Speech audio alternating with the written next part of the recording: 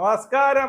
ദൈവം എന്തിനിരിക്കണേ, അപ്പ കിട്ടും. ലക്ഷ്മിപ്രിയ സംഭവം അറിഞ്ഞോ? ഒരു വോയിസ് പുറത്തു വന്നിട്ടുണ്ട്. ഒരു പാവപ്പെട്ട ഒരു പ്രൊഡ്യൂസറിൽ നിന്ന് 20,16,000 രൂപ പറ്റിച്ചു. ആ പ്രൊഡ്യൂസറുടെ വോയിസ് പുറത്തു വന്നിട്ടുണ്ട്. കഷ്ടം തന്നെ. ഈ പറഞ്ഞ വലിയ വായിൽ എന്തൊക്കെയാണ് പറഞ്ഞത്. അയ്യോ, എനിക്ക് മറ്റുള്ളവരെ, ഞാൻ സനാതന ധർമ്മത്തിൽ വിശ്വസിക്കുന്നയാളാണ്, മറ്റുള്ളവർക്ക് വിഷമം ഉണ്ടാക്കുന്ന ആൾക്കാർ സംഭവങ്ങളൊന്നും ഞാൻ പറയില്ല എന്ന് പറയും. തൊട്ടപ്പുറത്ത് മാറി എന്ന് കാർത്തിച്ചു തുപ്പുകയും ചെയ്യുന്ന ഒരു സാധനമാണ് ലക്ഷ്മിപ്രിയ ചേച്ചി.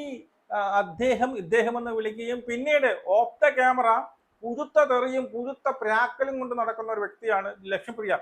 ഇപ്പോൾ അറിയാൻ സാധിക്കുന്നത്, പാവം ഒരു സംവിധായകന്റെ പ്രൊഡ്യൂസറിന്റെ കയ്യിൽ നിന്ന്, നവാഗതനായ ഒരു പ്രൊഡ്യൂസറിന്റെ കയ്യിൽ നിന്ന് 20,16,000 രൂപയാണ് പറ്റിച്ചത്.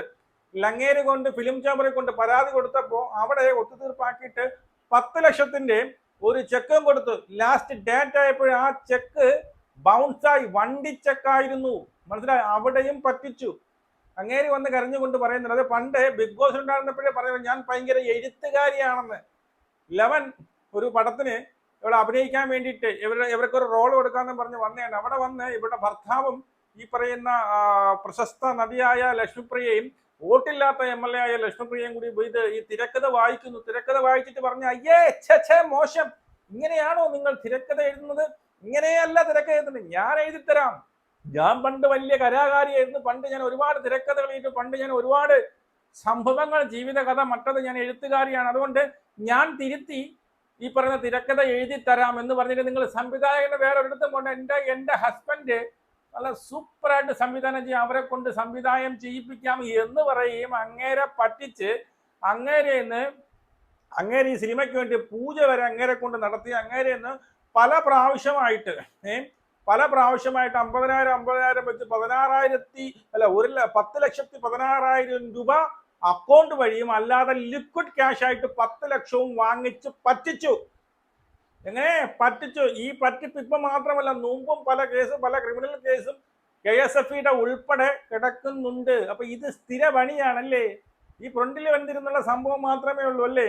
അപ്പോൾ ഇത് താങ്കളുടെ സ്ഥിര പണിയാണ്.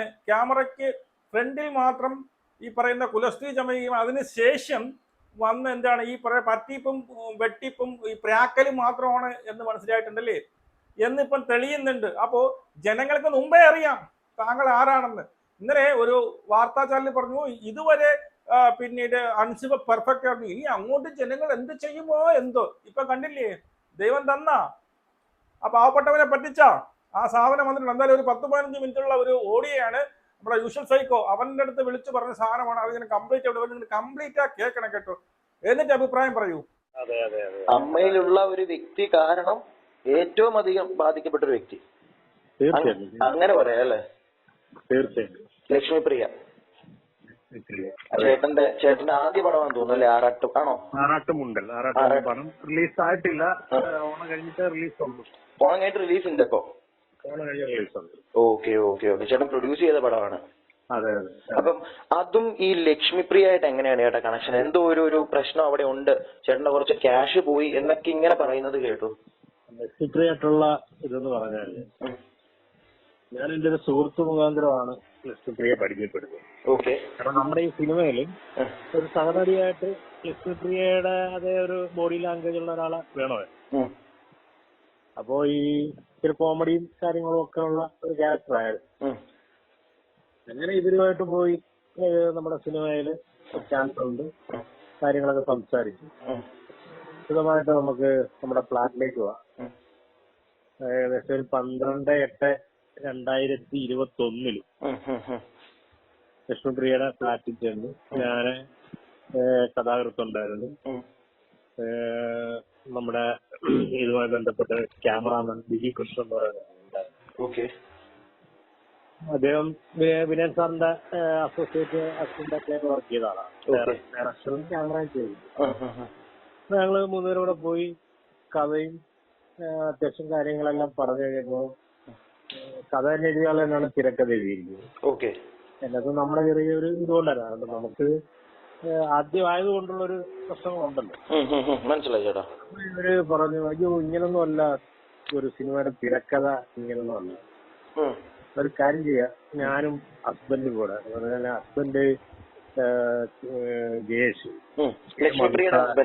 ഹസ്ബൻഡ് കെ മൻസാറിന്റെ അസോസിയേറ്റ് ആയിട്ടൊക്കെ വർക്ക് ചെയ്യാറുണ്ട്. ഞാനും ചേട്ടനും കൂടെ തിരക്കഥ പൊളിച്ചെഴുതിത്തരാം, നല്ല രീതിയിൽ തിരക്കഥ എഴുതിത്തരാം. ഓക്കെ, അപ്പൊ അതിന്റെ കാര്യങ്ങളൊക്കെ സംസാരിച്ച് ഞങ്ങൾ അവിടെ നിന്ന് ഒരു ധാരണയായി പിരിക്കും.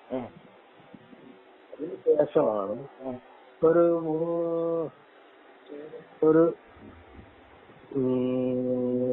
19/9 എന്നെ ഒന്ന് വിളിക്കുന്നു, രാവിലെ വിളിച്ചിട്ട് അത്യാവശ്യം എനിക്കൊരു 50,000 രൂപ. ഓക്കെ, തിരക്കഥ എഴുതാനൊക്കെ തീരുമാനിച്ചെല്ലാം ഏൽപ്പിച്ചിരിക്കുന്ന ഒരാളാണല്ലോ. അമ്പത് കൊടുത്തു. അങ്ങനെ ആവശ്യമായിട്ട് ഏകദേശം ഒരു 25-26 പ്രാവശ്യം ഞാൻ 10,16,200 രൂപ അവരുടെ അക്കൗണ്ടിൽ. എനിക്ക് ചെറിയ റിയൽ എസ്റ്റേറ്റിന്റെ പരിപാടിയൊക്കെ ഉണ്ട്. അപ്പൊ എന്റെ ഒരു വസ്തു, എന്റെ പേര് കിടന്ന ഒരു വസ്തു വിറ്റുമായി ബന്ധപ്പെട്ട് അഡ്വാൻസ് ചെയ്തു. അതേപോലെ തന്നെ ലിക്വിഡായിട്ട് അവരെ ഏൽപ്പിക്കുകയും ചെയ്യും. പക്ഷേ അതിന് ശേഷം മാസങ്ങളായിട്ടും തിരക്കഥ പൂർത്തിയാകുന്നില്ല. തിരക്കഥയെ സംബന്ധിച്ച് ഇവരൊന്നും പറയുന്നില്ല. അങ്ങനെ ഞാൻ വിശദമായി ഇവരെ കുറിച്ച് അന്വേഷിച്ചപ്പോ ഇവര് സിനിമയിലോ അല്ലെങ്കിൽ ഈ സീരിയൽ അല്ലെങ്കിൽ കോമഡി ഷോയിലൊക്കെ അഭിനയിക്കുന്നല്ലാതെ തിരക്കഥ ഒരു സിനിമയ്ക്ക് എഴുതാനുള്ള പ്രാപ്തിയൊന്നും അവർക്കില്ലെന്നും അവർ ഹസ്ബൻഡ് കെ മൻസാറിന്റെ വെറുതെ ഷൂട്ടിംഗ് പോലും കാണാൻ പോയിട്ടില്ലെന്നുള്ളതാണ് പിന്നെ ചേട്ടൻ തിരക്കിയപ്പോ അറിയാൻ പറ്റിയത്. അങ്ങനെ നമുക്ക് ചതിവ് പറ്റിയെന്ന് മനസ്സിലായി. ഓക്കെ. അല്ല ചേട്ടാ, ഞാനിപ്പോ ഒരു സംശയം ചോദിക്കട്ടെ. ഓൾറെഡി ഇത് തിരക്കഥ നിങ്ങളുടെ കൂടെ 2 പേരുണ്ടായിരുന്നല്ലോ, കഥ തിരക്കഥയൊക്കെ ആയിട്ടാണല്ലോ പോകുന്നത് അങ്ങോട്ടേക്ക്. അപ്പൊ അവിടെ ചെന്ന് ഇവരിത് ചെയ്യാന്ന് പറഞ്ഞപ്പോ നേരത്തെ ഉണ്ടായിരുന്നവർക്ക് അത് കുഴപ്പമൊന്നും ഉണ്ടായിരുന്നില്ലേ? അത് എഴുതിയ ആള് തിരക്കഥ എന്ന് പറയുന്നത് കഥാകൃത്തിന്റെ ഏറ്റവും അടുത്തൊരു സുഹൃത്താണ്. ഓക്കെ. അദ്ദേഹവും ഞാനും കൂടാണ് തിരക്കഥ, നിങ്ങൾക്കറിയാവുന്ന രീതിയിൽ തിരക്കഥ. മനസ്സിലായി. ചേട്ടന് സിനിമയോടുള്ള ഒരു പാഷന്റെ പുറത്ത് ഇറങ്ങിയതാ. തീർച്ചയായിട്ടും. അതെ. ഞാൻ കിരൺ സാറിന്റെ സൂപ്പർ സ്റ്റാർ എന്നുള്ള സിനിമയിൽ അഭിനയിച്ചിട്ടുണ്ട് പണ്ട് കൊച്ചിൽ. അതിനുശേഷം ഇപ്പം ഉബേനിയുടെ റാഹേൽ മകൻ കോര, അങ്ങനെ ചെറിയ ചെറിയ ഒത്തിരി പടങ്ങളിലൊക്കെ അഭിനയിച്ച് നമുക്ക് വയസ്സായി. അങ്ങനെ ഒരു പടം സ്വന്തമായിട്ട് ചെയ്യണമെന്ന്, ചെറിയ പടം അങ്ങനെ മനസ്സിലായി. അല്ല, അപ്പൊ അവിടെ ചെന്നപ്പോ നിങ്ങൾ അവിടെ ചെല്ലുമ്പോഴത്തേക്ക് ഇത് ആര് സംവിധാനം ചെയ്യുന്നുള്ള പ്ലാൻ നിങ്ങൾക്ക് ഇല്ലായിരുന്നു അല്ലെ? സംവിധാനം ചെയ്യുന്നുള്ള പ്ലാൻ ഇല്ല. മനസ്സിലായി. അവിടെ ചെന്ന് കഴിഞ്ഞപ്പോഴത്തേക്ക് ലക്ഷ്മിപ്രിയ ഭർത്താവിനെ സജസ്റ്റ് ചെയ്തു. അതെ. അവരെ അങ്ങനെ ഞങ്ങൾ പൂജ വരെ നടത്തി. ഞാൻ കണ്ടു, അതിന്റെ ഫോട്ടോസ് ഒക്കെ ഗൂഗിളിൽ കിടപ്പുണ്ട്. എന്നെ കൊണ്ട് പൂജ വരെ നടത്തിച്ചു. അതിനുശേഷമാണ് നമ്മൾ ചതിക്കുഴിയിൽ ചെന്ന് വീണു എന്ന് മനസ്സിലായി. ഓക്കെ, മനസ്സിലായി. അപ്പൊ ഏകദേശം 10 ലക്ഷത്തിന് മേളിൽ ഇവർക്ക് കൊടുത്തു. 10,16,000 രൂപ പിന്നെ അക്കൗണ്ട് വഴിയും 10 ലക്ഷം രൂപ ലിക്വിഡും, അങ്ങനെ ടോട്ടൽ 20,16,000 രൂപ കൊടുത്തു. അങ്ങനെ സെറ്റിൽ ചെയ്ത് 20 ലക്ഷം രൂപയുടെ ചെക്ക് എനിക്ക് ലക്ഷ്മിപ്രിയ തരുകയും ചെയ്തു, ഡേറ്റ് ഇട്ടു. അല്ല, ലക്ഷ്മിപ്രിയ ഈ ചെക്ക് തരാൻ കാരണം എന്തായിരുന്നു ചേട്ടാ? ഞാൻ അങ്ങനെ ഇത് നമുക്ക് ചതിവാണ് സംഭവിച്ചെന്ന് അറിഞ്ഞ് ഫിലിം ചേംബറിൽ പരാതി കൊടുത്തു. ഓക്കെ. ഫിലിം ചേംബറിൽ പരാതി കൊടുത്തതിന് ശേഷമാണ് ചെക്ക് തരുന്നത്. അതെ. അപ്പൊ ഇവര് നേരെ ആറാട്ടുമുണ്ടൻ എന്ന സിനിമയെ ബന്ധപ്പെട്ട് എനിക്കും ഹസ്ബൻഡിന് യാതൊരുവിധ ബന്ധങ്ങളില്ലാന്ന് ഫിലിം ചേംബറിൽ ഒരു പത്രത്തിൽ രേഖാമൂലം എഴുതി കൊടുത്തു. ഓക്കെ. അന്നത്തെ ദിവസം തന്നെയാണ് എനിക്ക് ചെക്ക് തരുന്നത്. മനസ്സിലായി. ഓൾറെഡി ഇവരാ പൈസ ഇതിലായിട്ട് തന്നിട്ടില്ല, ചെക്ക് തന്നിട്ടേ ഉള്ളൂ, പൈസ ആയിട്ടില്ല. അത് അല്ല, ചെക്ക് തന്നു, ഡേറ്റ് ഇട്ട ആ ഡേറ്റ് ചെക്ക് നമ്മൾ പ്രസന്റ് ചെയ്തു. അപ്പൊ ചെക്ക് ബൗൺസ് ആയി. ഓക്കെ, അതാ ഞാൻ ചോദിച്ചത്. അത് ക്യാഷ് ചേട്ടന് കിട്ടിയിട്ടില്ല? ഇല്ല. അങ്ങനെ നമ്മള് പിന്നെ വക്കീല് മുഖാന്തരം ബന്ധപ്പെട്ടു. വക്കീല് മുഖാന്തരം ബന്ധപ്പെട്ട് ഇവർക്ക് വക്കീൽ നോട്ടീസ് അയച്ചു. ഓക്കെ. പിന്നെ ഇവരെ വസ്തുമായി ബന്ധപ്പെട്ട സിവിൽ കേസ്, അങ്ങനെ 2 കേസ് ഓൾറെഡി ഇപ്പൊ നിലവിലുണ്ട്. ഒന്ന് ആലപ്പുഴയില് സിവിൽ കേസും, ആലപ്പുഴ കോടതിയിൽ സിവിൽ കേസും, അമ്പലപ്പുഴയില് ഈ ചെക്ക് കേസ്, ക്രിമിനൽ കേസും നിൽക്കുകയാണ്. അതെ. ഈ ക്രിമിനൽ കേസ് നിൽക്കുന്ന സമയത്താണോ ഒരു അമ്മയില് മത്സരിച്ചത്? അതെ. അത് എന്റെ അറിവിൽ അങ്ങനെ ചെയ്യാൻ പാടില്ലെന്നാ. അതെ. ഇപ്പൊ നിലവിൽ ലക്ഷ്മിപ്രിയ പറയുന്നത് അങ്ങനെ ഒരു കേസ് ലക്ഷ്മിപ്രിയക്ക് ഇല്ല എന്നുള്ളതാണ്. ഓക്കെ. പക്ഷെ ആ കേസ് ഇപ്പോഴും ഉണ്ട്. ഇപ്പൊ താങ്കൾ വിളിച്ചോണ്ടിരിക്കുന്ന ഈ സമയത്ത് ഈ മാസം 26-ാം തീയതി അമ്പലപ്പുഴ കോടതിയിൽ കേസുണ്ട്. Okay okay. അമ്പലപ്പുഴ കോടതിയിൽ കേസുണ്ട്. മാധ്യമങ്ങളോട് പലതും പറയാം, പക്ഷെ കോടതിയിൽ ഇരിക്കുന്ന കേസ് എന്തായാലും മാറ്റിക്കളയാൻ പറ്റത്തില്ലല്ലോ. അല്ല, കേസ് നമ്പർ വേണമെങ്കിൽ ഞാൻ പറയാം. എനിക്ക് പറ്റുമെങ്കിൽ അതിന്റെ ഡീറ്റെയിൽ ഒന്ന് അയച്ചു തന്നാൽ മതി, കേസിന്റെ ഡീറ്റെയിൽസ്. അത് 114/2022. 2022 ഓക്കെ ഓക്കെ ഓക്കെ, മനസ്സിലായി ചേട്ടാ. അത് കൂടാതെ എന്റെ ഒരു ചേട്ടാ പറഞ്ഞോളൂ. അല്ല, അതിപ്പം നമുക്ക് അടിച്ചു നോക്കി അറിയാലോ, ഈ ഫോട്ടോ അടിച്ചു നോക്കിയാൽ അറിയാൻ പറ്റും. അപ്പൊ അങ്ങനെയൊക്കെയാണ്. എന്നിട്ട് ചേട്ടാ ഞാൻ ഒരു കാര്യം ചോദിക്കട്ടെ, അപ്പൊ എന്നിട്ട് ഇപ്പം ഈ ഓണം കഴിയുമ്പോഴത്തേക്ക് സിനിമ റിലീസ് ഉണ്ടെന്ന് പറഞ്ഞല്ലോ, അപ്പൊ ഇനി അതാരാണ് ഡയറക്ട് ചെയ്യാൻ? പടം എല്ലാം കഴിഞ്ഞിരിക്കും. പടം ഡയറക്ട് ചെയ്യുന്നത് ഞാൻ പറഞ്ഞില്ലേ, വിനയ് സാറിന്റെ അസോസിയേറ്റുള്ള വിജയ് കൃഷ്ണൻ. Okay okay. അതായത് ഈ സംവിധാനം എന്ന് പറഞ്ഞ വന്ന നമ്മുടെ ലക്ഷ്മിപ്രിയയുടെ ഭർത്താവ് അതിനകത്ത് മാറി, അവര് രേഖാമൂലം ഫിലിം ചേംബറില് അവര് രണ്ടുപേരും മാറ്റി. ഓക്കെ ഓക്കെ ഓക്കെ, മനസ്സിലായി. Okay okay. അങ്ങനെ നമ്മുടെ വിജയ് കൃഷ്ണനെ ക്യാമറാമാനായിട്ട് നമ്മൾ തീരുമാനിച്ചിരുന്നു. ഓക്കെ. അദ്ദേഹം ഡയറക്ട് ചെയ്തു. ഓക്കെ. ക്യാമറാമാൻ ഷാജി ജേക്കബ് എന്ന് പറയുന്ന ആലപ്പുഴക്കാരൻ. ഓക്കെ ഓക്കെ, മനസ്സിലായി മനസ്സിലായി. അങ്ങനെ എന്തായാലും അഭിനയിച്ചിരിക്കുന്ന നമ്മുടെ സൂരജ് സൺ, കൈലാഷ്, പിന്നെ മെറീന മൈക്കൽ, സുധിലക്ഷ്മി, ശിവജി ഗുരുവായൂർ, അങ്ങനെ ഒത്തിരി ആർട്ടിസ്റ്റുകളുണ്ട്. ഓക്കെ. കൈലാഷൊക്കെ അഭിനയിക്കുന്നുണ്ടല്ലേ? ഉണ്ട് ഉണ്ട് ഉണ്ട്. ഓക്കെ ഓക്കെ ഓക്കെ, മനസ്സിലായി. ചേട്ടൻ അപ്പൊ ഇത് ഇത്രയും ഈ ഒരു ലക്ഷ്മിപ്രിയയുടെ ഭാഗത്ത് നിന്ന് ഇത്രയും അനുഭവിച്ചൊരു വ്യക്തിയാണ് നിങ്ങൾ ചേട്ടൻ. അപ്പൊ അങ്ങനെ ഒരു വ്യക്തി ഈ അഞ്ജലിയുടെ ഒരു വിഷയം കേട്ടപ്പോഴത്തേക്ക് എനിക്ക് തോന്നുന്നു ചേട്ടൻ അറിഞ്ഞു കാണുമായിരിക്കും ആ ഒരു വിഷയം. അറിഞ്ഞു. ഞാന് ഈ വിഷയം സത്യം പറഞ്ഞ എനിക്ക് എന്താ പറയണ്ടേ, ഈ ഒരു കാരണവശാലും ഈ സത്യത്തിന് ഇവര് നമ്മൾ ഏത് രീതിയിൽ പറഞ്ഞാലും ഇവരതിനെ ഒരു ബദല് കണ്ടെത്തി ഇല്ലാതാക്കാനുള്ള ഒരു ശ്രമം ഉണ്ട് ഈ ലക്ഷ്യങ്ങളുടെ ഭാഗത്തുനിന്നുണ്ടാവും. അത് 100%. അവരുടെ ഒരു ഞാനുമായിട്ടുള്ള ഒരു കുറച്ച് നാളത്തെ ഒരു സൗഹൃദത്തിന്റെ ഇത് വെച്ച് ഞാൻ പറയുക. മനസ്സിലായി. അവർക്ക് ബോധപൂർവം അവർ നമ്മളിത് ലൈവായിട്ട് നമ്മൾ നടക്കുന്ന കാര്യം പറഞ്ഞാൽ പോലും അവർ അംഗീകരിക്കത്തില്ല. മനസ്സിലായി. അല്ല, ഇതിപ്പം ചേട്ടന്റെ സൈഡില് ലൈക്ക് വിത്ത് പ്രൂഫ് ഉണ്ട്, കോടതിയിൽ കേസ് നടക്കുന്നു, ഈ മാസം എന്തോ ആണ് അതിന്റെ ഫൈനൽ ഹിയറിംഗ് ആണെന്ന് തോന്നുന്നു അല്ലേ? അതെ, അറിയാൻ സാധിച്ചത് ഞാൻ അമ്മയില് രേഖാമൂലം പരാതി കൊടുത്തിട്ട് ചേട്ടൻ കൊടുത്തിട്ടുണ്ട്. അമ്മയുടെ യോഗത്തിൽ പറഞ്ഞത് ഇങ്ങനെ ഒരു കേസ് നിലവിലില്ല എന്ന് തർക്കിക്കുകയാണ്. അപ്പൊ എന്തായിരിക്കും ലക്ഷ്മിപ്രിയയുടെ സത്യം, അത് പറയുന്നതിനുള്ള സത്യം എന്താണെന്നുള്ളത് നമുക്ക് മനസ്സിലാക്കാവുള്ളൂ. അമ്മയിലെ മുഴുവൻ ഭാരവാഹികൾക്കും അറിയാം നിലവിൽ കേസ് ഉണ്ടെന്നുള്ളത്. അവർക്ക് എല്ലാവർക്കും അറിയാലേ കേസുള്ള കാര്യം? എല്ലാവർക്കും. അല്ല, ഇതെല്ലാവർക്കും ഈ ലക്ഷ്മിപ്രിയയുടെ കാര്യങ്ങളെല്ലാം അറിഞ്ഞിട്ടും അവരെല്ലാരും ലക്ഷ്മിപ്രിയയെ സപ്പോർട്ട് ചെയ്യണം. അഞ്ജുബ എന്ന് പറയുന്ന ഒരു വ്യക്തി, ഇപ്പൊ അഞ്ജുബയുടെ കേസ് ആയതുകൊണ്ട് ഞാൻ പറയാണ്, ആ ഒരു വിഷയത്തിൽ പോലും ആ പെൺകുട്ടിയെ ഇങ്ങനെ അങ്ങോട്ട് ഹരാസ് ചെയ്ത് മാറ്റി നിർത്തണമെങ്കിൽ അതിന്റെ പുറകിൽ വേറെ എന്തെങ്കിലും വലിയത് കാണുമെന്ന് എനിക്ക് തോന്നുന്നത്. അല്ല, ഇവരൊരു ഫോക്കസ് ആണല്ലോ, ഇവരൊരു ഫോക്കസ് ആണ്. അത് എന്താ പറയണ്ടേ, ഈ സാധാരണക്കാരായ സിനിമ കാണുന്ന സാധാരണക്കാരായ പ്രേക്ഷകർക്കടക്കം മനസ്സിലായിട്ടുണ്ട് ഇതില് കള്ളത്തരമാണ് ലക്ഷ്മിപ്രിയ.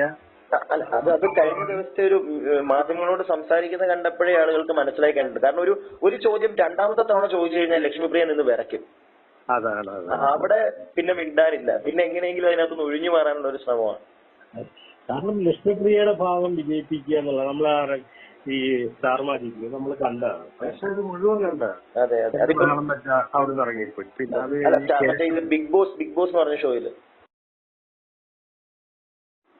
എല്ലാം ജനങ്ങൾ കണ്ടുകൊണ്ടിരിക്കുകയല്ലേ. അതെ അതെ, ശരി. ഒരാളെ ഈ അമ്മയുടെ ഭാരവാഹിത്വത്തിൽ എങ്ങനെ വളർത്തുന്നതാണ് നമുക്ക് മനസ്സിലായി. അല്ല, അമ്മയുടെ ഭാരവാഹിയാകാൻ ഇലക്ഷന് നിൽക്കണമെങ്കിൽ അവരുടെ പേരിൽ ഒരു ക്രിമിനൽ കേസ് പോലും ഉണ്ടാവരുത്. ഇതിപ്പോഴും കേസ് നിലനിൽക്കുക, എന്നിട്ടും അവരോട് മത്സരിച്ചു. അത് സിനിമയെ ബന്ധപ്പെട്ടാണ് കാശ് മേടിച്ചിരിക്കുന്നത്. മനസ്സിലായി. എന്നിട്ട് പോലും സിനിമക്കാണെങ്കിൽ അമ്മ സംഘടനയ്ക്ക് പറയാതെ ഞങ്ങൾക്ക് ഇടപെടേണ്ട കാര്യമില്ല. പല സാമ്പത്തിക ഇടപാടും പലരുമായിട്ടുണ്ട്. പക്ഷെ ഇതല്ലല്ലോ. മനസ്സിലായി. എന്നിട്ട് പോലും സിനിമാക്കാരുടെ സപ്പോർട്ടില്ല. നമ്മുടെ കേസ് എന്ന് പറഞ്ഞാൽ സിനിമയുമായി ബന്ധപ്പെട്ട് നമ്മളെ ചീറ്റ് ചെയ്ത് പൈസ മേടിക്കുക. മനസ്സിലായി കേട്ടാ. അപ്പൊ അങ്ങനെയൊക്കെയാണ് എന്തായാലും ചേട്ടൻ ആ സിനിമയായിട്ട് മുന്നോട്ട് പോയല്ലോ. അത് ശരിക്കൊരു സിനിമയോടുള്ള ഒരു സ്നേഹമുള്ളവർക്ക് മാത്രമേ അങ്ങനെ പറ്റുള്ളൂ കേട്ടോ. ഇല്ലെങ്കിൽ എല്ലാവർക്കും പറ്റില്ല അങ്ങനെ ഒരു കാര്യം. പ്രത്യേകിച്ച് ഇത്രയും പൈസ കയ്യിൽ നിന്ന് പോയിട്ടും ഗോയിങ് ഫോർവേഡ് അത് ചെറിയൊരു കാര്യമല്ല. അത് നമ്മളൊരു വാശിയായിരുന്നു തീർക്കണം എന്നുള്ളത്. സത്യം പറഞ്ഞാൽ ഈ സിനിമയെ സ്നേഹിക്കുന്നവർ തന്നെ സിനിമയെ വെറുക്കാൻ കാരണം ഇങ്ങനെയുള്ള കുറെ ആളുകളാണ്. തീർച്ചയായിട്ടും കാണുന്ന നമ്മളെ പോലുള്ളവർക്കും ഉണ്ടല്ലോ നമുക്കൊരു സംശയം തോന്നി എന്താണ് ഇങ്ങനെ ഒരു സംഘടന അമ്മ എന്ന് പറഞ്ഞിട്ട് എന്നിട്ട് അതിനകത്ത് അങ്ങോട്ടും ഇങ്ങോട്ടും തല്ലും ബഹളവും. അല്ല ഇതേപോലെ കുറെ എണ്ണങ്ങൾ ഇറങ്ങിയിട്ടുണ്ട് സിനിമ മേഖല പറയിപ്പിക്കാൻ വേണ്ടി കുറെ പേര് ഇറങ്ങി. മനസ്സിലാക്കി. ഇതിനകത്ത് വേറെ പല കഥകൾ ഇപ്പൊ പുറത്തേക്ക് വരുന്നുണ്ട്. ഇപ്പൊ ശ്വേത മേനോനാണെങ്കിലും ശരി അവരുടെ ഭർത്താവിന്റെ ഒരു കൈ ഇതിനകത്ത് അങ്ങനെ പല സൈഡുകൾ വരുന്നുണ്ട്. പ്രത്യേകിച്ച് ഈ സ്പോൺസർഷിപ്പ്, അമ്പലത്തിന്റെ ഒരു സ്പോൺസർഷിപ്പ്, അങ്ങനെ പല പല കൈൻഡ് ഓഫ് കഥകളാണ് ഇപ്പൊ പുറത്തേക്ക് വന്നുകൊണ്ടിരിക്കുന്നത്. അതിന്റെ ഇടയ്ക്കാണ് ചേട്ടന്റെ ഈ ഒരു കാര്യം ഇതെല്ലാരും മുങ്ങിപ്പോയെന്ന് വിചാരിച്ചൊരു കാര്യമാണ്. ലക്ഷ്മിപ്രിയ കംപ്ലീറ്റ്ലി ഡീസന്റ് എന്നുള്ളൊരു ഇമേജ് ആണ് സമൂഹ മാധ്യമങ്ങളിലൂടെ അല്ലെങ്കിൽ മെയിൻ സ്ട്രീം ചാനൽ വഴി കഴിഞ്ഞ ദിവസം അവര് പുറത്തേക്ക് കൊടുക്കുന്നത്. പക്ഷെ അവര് പറയുന്ന കാര്യങ്ങളിൽ പോലും ബ്ലണ്ടർ ഉണ്ടെന്നുള്ളത് അവർക്ക് മനസ്സിലാവുന്നില്ല. കാണുന്നവർക്ക് പൊതുസമൂഹത്തിന് തീർച്ചയായിട്ടും അറിയാമെന്നില്ല. ഒന്ന് ഇരുത്തി ചിന്തിച്ചു കഴിഞ്ഞാൽ മനസ്സിലാവും ഇവര് പറയുന്ന കാര്യങ്ങൾ തന്നെ. അതെ, ലക്ഷ്മിപ്രിയ ഇടുന്ന ഒരു പോസ്റ്റ് അല്ലെങ്കിൽ ലക്ഷ്മിപ്രിയയുമായി ബന്ധപ്പെട്ട ഒരു വിഷ്വൽ ഇറങ്ങിയാൽ അതിന്റെ താഴത്ത് വരുന്ന കമന്റ് നോക്കിയാൽ മതി. ശരിയാ, ലക്ഷ്മിപ്രിയ എങ്ങനെയാണ് ജനം ട്രീറ്റ് ചെയ്യുന്നത്. പക്ഷെ എങ്കിലും ഈ സംഘടനയ്ക്കകത്തുള്ളവർ എന്നാലും തള്ളി പറയില്ല. അതാണ് മനസ്സിലാവാത്തത്. എന്താണ് ഇവര് പറയുന്ന കാര്യങ്ങളൊന്ന് കേട്ടാൽ മനസ്സിലാവും ഇവരെന്താ ഈ പറയുന്നതെന്നുള്ളത്. ടീം വർക്കാണല്ലോ. അതെ അതെ. എനിക്ക് തോന്നുന്നു ഇപ്പൊ ഈ അമ്മയുടെ അകത്ത് ഒരാള് ഇതിനെ എല്ലാം എതിർക്കാൻ, അവിടുത്തെ കാര്യങ്ങളെ എല്ലാം എതിർക്കാൻ മുന്നോട്ട് വന്നപ്പോഴത്തേക്ക് അയാളെ ഇല്ലാതാക്കാൻ നോക്കുക. രാഷ്ട്രീയ പാർട്ടികളുടെ ഗ്രൂപ്പ് എന്ന് പറയുന്നതാണ്. അതെ അതെ, അതിനേക്കാട്ടിലും വലിയൊരു ഗ്രൂപ്പ് അവിടെ നടക്കുന്നത്. അതാണ്. ഇതിപ്പോ അതിനകത്തുള്ള ഒരാൾ വന്ന് പറയുമ്പോ ഉണ്ടല്ലോ എല്ലാരും പറയും അങ്ങോട്ടുള്ള കുശുമ്പ് കൊണ്ടാണ് അതുകൊണ്ടാണെന്ന്. ഇതിപ്പോ ഒരു സാധാരണക്കാരൻ ഒരു സിനിമയെ സ്നേഹിച്ച ഒരു സിനിമ എടുക്കാൻ ഇറങ്ങിയപ്പോ അവിടെ വരെ പറ്റിയില്ല. അങ്ങനെ ഒരാളെ എന്തായാലും സമൂഹം മനസ്സിലാക്കുമെന്നാണ് എന്റെയും പ്രതീക്ഷ കേട്ടോ. ഇന്നലെ നാളെ ഇത് ജനം മനസ്സിലാക്കി തുടങ്ങിയിട്ടുണ്ട്, അത് നമുക്കറിയാം. എങ്കിലും ഇന്നലെ നാളെ ഇതെല്ലാം പുറത്തു വരും, ഉറപ്പാണ്. ഒരു സംശയമുണ്ട്. ഞാൻ പറഞ്ഞില്ല, അൻസിബിയെ പോലുള്ള വളരെ ആത്മാർത്ഥമായിട്ട് ജോലി ചെയ്യുന്ന ഒരു കുട്ടിയാണ്. മനസ്സിലായി. അതെ അതെ. അവരെയൊക്കെ വെറും മോശമായി ചിത്രീകരിക്കുക, അതിന് വേറെ കൂട്ട് കുറെ ആളുകൾ. ഇതെല്ലാം പോട്ടെ, ഇതെല്ലാം മെയിൻ സ്ട്രീം ചാനലിൽ വന്നിട്ടുണ്ടല്ലോ. ഒരു 2-3 ദിവസം കഴിയുമ്പോൾ ഈ വാർത്ത ഇല്ലാതാവും. ടീം വർക്ക് ഉണ്ട്. ടീം വർക്ക് എന്തായാലും സോഷ്യൽ മീഡിയയിൽ എന്തായാലും ടീം വർക്ക് മുക്കിക്കളയുകയാണ്. അതെ അതെ. സോഷ്യൽ മീഡിയയിൽ വരുന്നു. സോഷ്യൽ മീഡിയ മെയിൻ സ്ട്രീം ചാനലിൽ വന്നാൽ പോലും എങ്ങനെയെങ്കിലും വീഡിയോകൾ ആളുകളിലേക്ക് എത്തരുത്. അതിനുള്ളൊരു കളി എന്തായാലും പുറകിലൂടെ നടക്കുന്നുണ്ടെന്നാണ് അറിയാൻ സാധിച്ചത്. കാരണം വീഡിയോകൾ ആളുകളിലേക്ക് എത്തരുത്. ലക്ഷ്മിപ്രിയോ അല്ലെങ്കിൽ ടിനി ടോമിനെ പോലുള്ളവർക്കെതിരെ ആരെങ്കിലും എന്തെങ്കിലും സത്യം വിളിച്ചു പറഞ്ഞാൽ അത് ജനങ്ങൾക്ക് കുറെ പേർക്ക് മനസ്സിലായി കഴിഞ്ഞാൽ അത് മുക്കിക്കളയണം, അത് പുറത്തേക്ക് പോകരുത്. അങ്ങനെയുള്ളൊരു കളി എന്തായാലും പുറകെ നടക്കുന്നുണ്ട്. എന്തായാലും നമുക്ക് നോക്കാം ഇത് എവിടെ വരെ പോകും നമുക്കറിയാലോ. സത്യം എന്തായാലും ജയിക്കും. എന്തായാലും ചേട്ടൻ എന്തായാലും ഓൾ ദി ബെസ്റ്റ്. സിനിമയോടുള്ള ഒരു സ്നേഹം മനസ്സിലാവുന്നുണ്ട്. സത്യത്തിനൊന്നും 100 വയസ്സാണ്. എന്തായാലും ഓണം കഴിയുമ്പോഴത്തേക്ക് ചേട്ടന്റെ സിനിമ റിലീസ് ആവട്ടെ, നല്ല രീതിയിൽ തന്നെ പോട്ടെ. ആരെന്തൊക്കെ പറ്റിച്ചെന്ന് പറഞ്ഞാലും. Okay, thank you. ഓക്കെ.